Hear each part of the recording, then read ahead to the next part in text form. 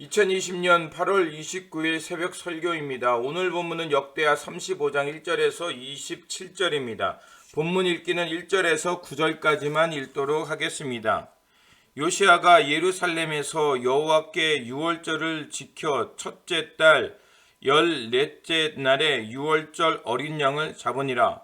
왕이 제사장들에게 그들의 직분을 맡기고 격려하여 여호와의 전에서 직무를 수행하게 하고 또 여호와 앞에 구별되어서 온 이스라엘을 가르치는 레위 사람에게 이르되 거룩한 궤를 이스라엘 왕 다윗의 아들 솔로몬이 건축한 전 가운데 두고 다시는 너희의 어깨에 매지 말고 마땅히 너희 하나님 여호와와 그의 백성 이스라엘을 섬길 것이라. 너희는 이스라엘 왕 다윗의 글과 다윗의 아들 솔로몬의 글을 준행하여 너희 족속대로 반열을 따라 스스로 준비하고 너희 형제 모든 백성의 족속의 서열대로 또는 레위 족속의 서열대로 성소에 서서 스스로 성결하게 하고 유월절 어린 양을 잡아 너희 형제들을 위하여 준비하되 여호와께서 모세를 통하여 전하신 말씀을 따라 행할지니라. 요시야가 그 모임 모든 이들을 위하여 백성들에게 자기의 소유 양떼 중에서 어린 양과 어린 염소 3만 마리와 수소 3천 마리를 내어 유월절 제물을 주매 방백들도 즐거이 희생을 드려 백성과 제사장들과 레위 사람들에게 주었고 하나님의 전을 주장하는 자 hil기야와 스가랴와 여히엘은 제사장들에게 양 2,600마리와 수소 300마리를 유월절 제물로 주었고 또 레위 사람들의 우두머리들 곧 고나냐와 그의 형제 스마야와 느다넬과 또 하사바와 여히엘과 요사밧은 양 5,000마리와 수소 500마리를 레위 사람들에게 유월절 제물로 주었더라. 아멘. 오늘 본문은 요시야 왕이 종교개혁 이후 첫 번째 유월절과 무교절을 지키는 말씀입니다. 요시야 왕은 성전 수리 중에 발견된 율법책으로 인해 더욱 개혁에 박차를 가했습니다. 그리고 그 개혁을 마치자 유월절 절기를 지키도록 했습니다. 유대인들에게 3대 주요 절기가 있습니다. 유월절과 칠칠절과 초막절입니다. 유월절은 출애굽 당시 그들을 구원하신 하나님의 은혜에 대해서 기억하고 감사하는 것이며 칠칠절은 첫 번째로 추수에 대한 감사입니다. 그리고 마지막 초막절은 광야 40년의 정착 생활을 기억하면서 자신들의 조상들이 어떻게 살았는가를 잊지 않기 위함입니다. 이 절기들은 하나님의 구원의 은총을 기억하며 이스라엘 민족의 자신들의 정체성을 기억하는 절기들입니다. 절기를 지킨다는 것은 결국 개혁의 절정이며 정체성의 회복인 것입니다. 요시야는 유월절을 잘 지키기 위해 먼저 언약궤를 성전 가운데 두게 합니다. 그리고 제사장들과 레위인들을 서열 즉 반열에 따라 모세 율법대로 섬기게 합니다. 유월절을 지키는 것이 행사로 끝나는 것이 아니라 삶이 되도록 삶이 예배가 되도록 그 예식을 세운 것입니다. 특별히 3절을 보면 레위인들을 세우는 것을 알 수가 있습니다. 3절 또 여호와 앞에 구별되어 온 이스라엘을 가르치는 레위 사람에게 이르되 거룩한 궤를 이스라엘 왕 다윗의 아들 솔로몬이 건축한 전 가운데 두고 다시는 너희 어깨에 매지 말고 마땅히 너희 하나님 여호와와 그의 백성 이스라엘을 섬길 것이라. 하나님의 언약궤를 다시는 어깨에 매지 말라는 것은 더 이상 말씀을 훼손하지 말라는 뜻입니다. 하나님께서는 가나안 땅에 정착하는 이스라엘 백성들을 보내시면서 레위인들도 함께 보냈습니다. 레위 지파에게는 땅의 지파의 단위로 분배하지 않고 가나안 땅 주요한 48개 성읍을 나누어 주었습니다. 그래서 레위인들은 땅을 경작하는 것이 아니라 48개 성읍에 분산 배치되어 하나님을 향한 예배와 재판, 신앙 교육의 사명을 감당하도록 한 것입니다. 하지만 레위인들은 타락했고 의무를 잘 준수하지 못했습니다. 단적으로 보여주는 것이 바로 사사시대에 영적인 대혼란입니다. 그때부터 시작하여 레위인들은 자리를 잡지 못하고 방황하였습니다. 요시야는 유월절을 새롭게 하면서 레위인들을 원래 하나님이 주셨던 사명의 의도대로 사용하려고 했던 것입니다. 그들을 구별하고 그들이 백성을 가르치고 하나님을 섬기는 일에 몰두하도록 도와준 것입니다. 3절의 말씀을 통해서 볼 수 있는 특징은 여호와 앞에 구별되어서 온 이스라엘을 가르치는 레위 사람들, 그러면서 또 너희의 하나님 여호와와 그의 백성 이스라엘을 섬길 것이라 라고 명령했습니다. 이렇게 레위인들을 영적으로 바로 세우어서 요시야 왕 이후에도 그들이 말씀 중심으로 살아갈 수 있도록 영적 질서를 세운 것입니다. 그 다음으로는 요시야 왕은 성전 예배가 백성들에게 고통이 아니라 감사의 잔치가 되도록 했습니다. 성전 예배는 체면 혹은 의무감으로 드는 것이 아니라 자발적인 순종으로 드려야 합니다. 요시야 왕은 성전 예배가 기쁨과 감사 가운데 자발적으로 참여하도록 인도합니다. 그래서 7절과 8절을 보면 이렇게 말하고 있습니다. 요시야가 그 모임 모든 일을 위하여 백성들에게 자기의 소유 양떼 중에서 어린 양과 어린 연소 3만 마리와 수소 3천 마리를 내어 유월절 제물로 주매 방백들도 즐거이 희생을 드려 백성과 제사장들과 레위 사람들에게 주었고 하나님의 전을 주장하는 자 hil기야와 스가랴와 여히엘은 제사장들에게 양 2,600마리와 수소 300마리를 유월절 제물로 주었고, 그렇습니다. 유월절을 지킬 때 중요한 것은 구원의 기쁨 가운데 드리는 것입니다. 유월절을 지킬 때 기쁨이 아니라 의무감이 남는다면 그것은 하나님께서 받으시는 예배가 될 수 없습니다.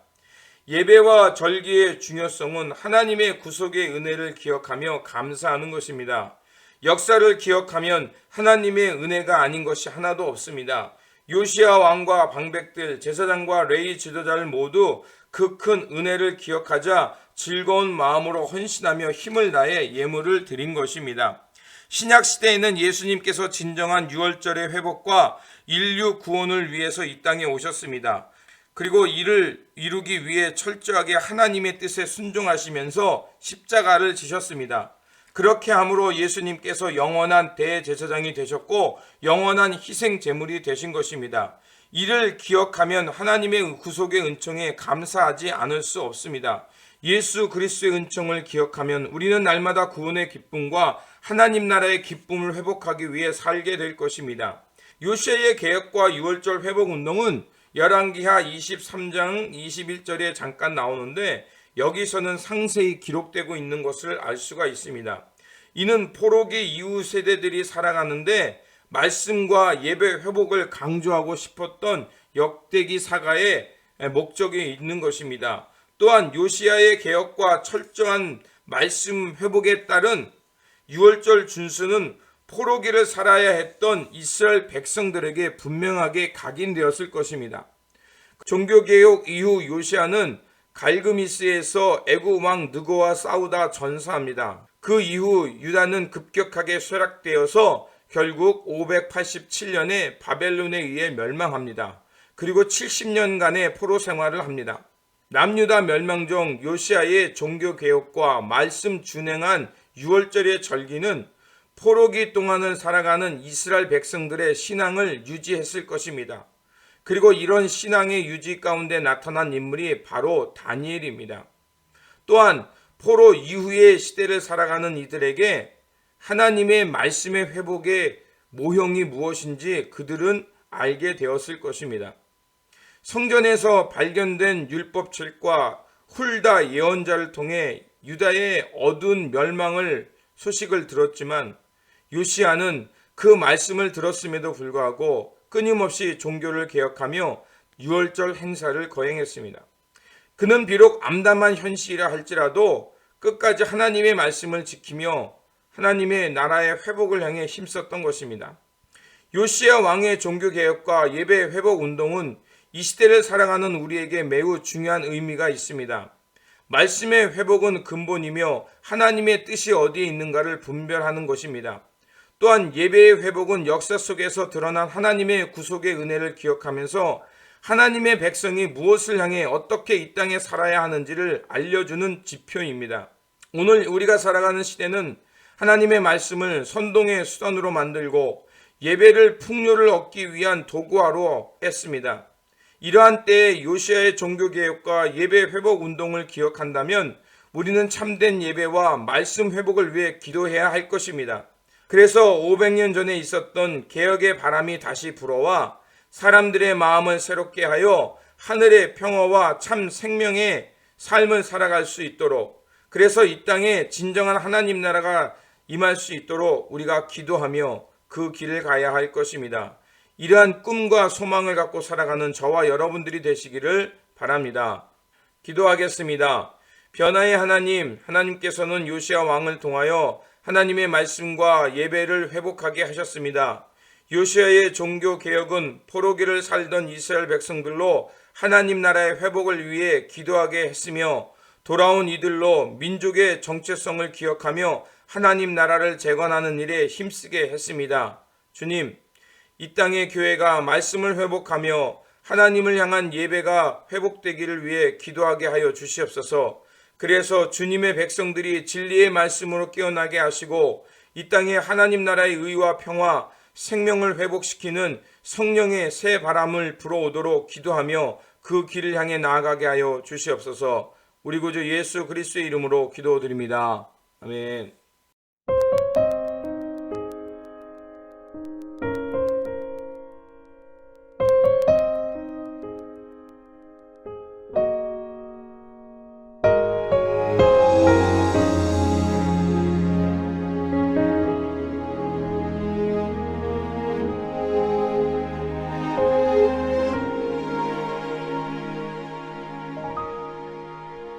푸른 바다 나서니 몸 어디든지 가오리다. 괴로우나 즐거우나 주만 따라가오리니 어느 누가 막으리까. 죽음인들 막으리까. 어느 누가 막으리까. 죽음인들 막으리까.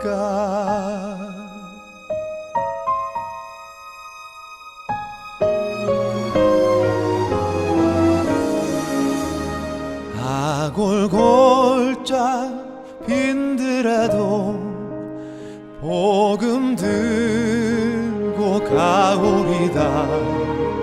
소돔 같은 거리에도 사랑 안고 찾아가서 종의 몸에 지닌 것도 아낌없이 드리리다. 종의 몸에 지닌 것도 아낌없이 드리리다.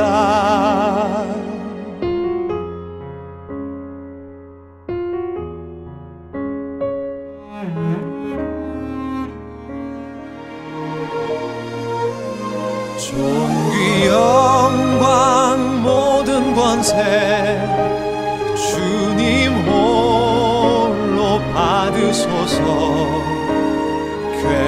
괴로우나 즐거우나 주만 따라가오리다. 어느 누가 막으리까. 죽음인들 막으리까. 어느 누가 막으리까. 죽음인들 막으리까. 어느 누가 막으리까.